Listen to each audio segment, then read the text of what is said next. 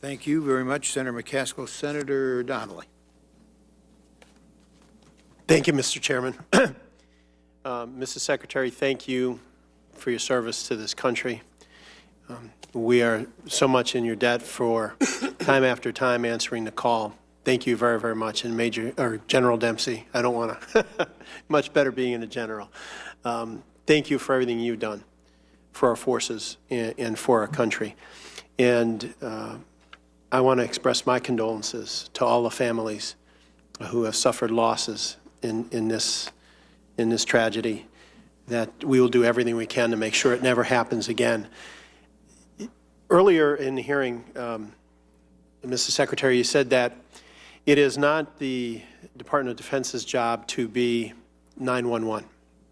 And so the question that struck me is, so when this happens, and it happens so fast and so quick, that when you respond in an hour, it may already be over by that time. Are we relying on the home country to be 911? And if so, as you go through what they're providing to us, you mentioned some are not up to the quality of others at this time, but how are you making that decision that we have people in harm's way and we're relying on a host nation that might not be up to taking care of our people? You know, obviously, it's very important that you know, the ambassador determine what is the situation and whether or not you know there's a need for action. I mean, the 911 is basically the host country that has to respond quickly and provide immediate security around. If that's not there, you got to have security within the embassy itself. If that's not there, you've got to have intelligence that gives you a heads up that it's a dangerous situation and it's subject to an attack. And then if that's not there, obviously we've got to be hopefully in a place where we can be able to respond if we have to. I mean, that's kind of your overall 911 to try to deal with situations in the embassies that are out there.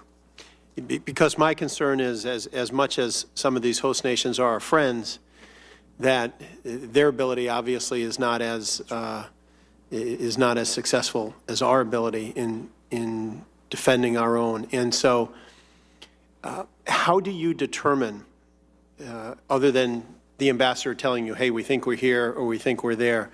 Are there reviews done at the Department of Defense when you look and say in a Benghazi or you know, I don't want to go city by city for obvious security reasons, but when you look at these, how often do you determine, we'll take a look at this week and see where we are security-wise? And I know state is a big part of that as well. Well, the best thing we did was a state asked us to join a team that would look at security at 19 embassies and determine what exactly was needed there in order to better secure those facilities. And I think based on that, it gives us the opportunity to then deploy additional Marines if we have to, and take additional steps to try to make sure that those embassies are not vulnerable. So we do work with the State Department when asked to try to help provide some guidance with regards to security. And how often is a review done in some of these places? For instance, a Benghazi. Is it on a, when the ambassador says, "Hey, things are getting a little tougher," or every couple of weeks, is it looked at as this has deteriorated or has gotten better, or what kind of matrix is used? Well, you know, look, the primary matrix for that has to rest with the State Department and the ambassador within that country to be able to review just exactly what is the degree of threats that they're confronting, and then what actions they should take in order to deal with that. The Defense Department is in a position where we will respond. If we're asked to do something, we will do it. But we're not out there basically making judgments about you know, what embassies are secure or not secure, what are the threats in the various embassies. You've got to leave that up to the chief of station and chief of mission to be able to make that determination. With our NEO plans that we have approximately 285 diplomatic missions out there. How far along are we in having plans for all of them? Well, as you said, we have a number of embassies that are out there in the world, and not all obviously are Benghazi or Tripoli or Tunisia. The reality is that in most countries in the world, we can rely on the host country to provide security. They're there, they're willing to do it, and they do a good job.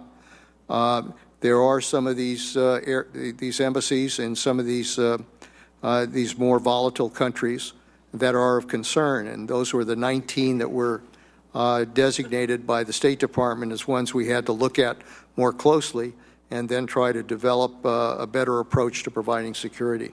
Because there, part of the problem is the host countries are not very good at providing that kind of security.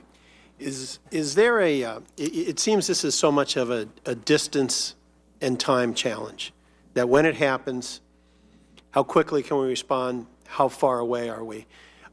Is there almost like a playbook for ambassadors, for the people in those facilities, that here's the steps to follow, jump on these immediately. If this doesn't click, we go to this. If this doesn't click, we go to that. Best playbook, I'll let the General respond to this as well. The best playbook is an ambassador who says, we've got serious security problems here. We are threatened, and therefore we need to take steps to reduce the number of personnel in our embassy. We need to take steps to, to evacuate if we have to, and we can then prepare our forces to be able to provide help in that situation. That's the best kind of situation in terms of being able to respond. Yeah, and just if I could add, Senator, each embassy has a resident security officer, well-trained, and an emergency action plan for every embassy. Generally speaking, it's updated annually because I've sat on country teams in various jobs.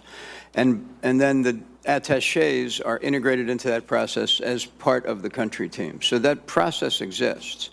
And what Secretary Clinton asked me to do soon after Benghazi was to collaborate with her to see if we could make improvements to that system. General, thanks again for your service, and Mr. Secretary, it's been an honor to have you serve in our government.